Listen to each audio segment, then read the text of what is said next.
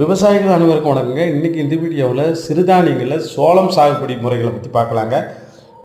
சோளம் பார்த்திங்கன்னா நடவு முறை மற்றும் நேரடி விதைப்பு மூலம் பயிர் செய்யப்படுகிறது. இதில் நடவு முறை சாகுபடியில் என்னென்ன நன்மைகள் என்று பார்ப்போம். நடவு வயலில் கால அளவு 10 நாட்கள் குறைகிறது. நேரடியாக நடவு செய்த பயிர்களை தண்டி முதல் 3 வாரங்களில் தாக்குகிறது. இவற்றை கட்டுப்படுத்துவது மிகவும் கடினம். இவை நாற்றங்காலிலேயே திறம்பட கட்டுப்படுத்தப்படுகிறது. நாற்றங்காலில் வெளிரிய மற்றும் அடிச்சாம்பல் நோய் அறிகுறிகள் தென்பட்டால் அவை நீக்கப்படுகின்றன. எனவே அடிச்சாம்பல் நோய் நிகழ்வு நடவு வயலில் குறைகிறது.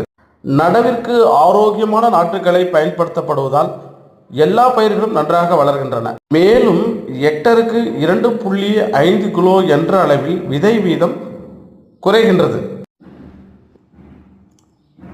நன்றி.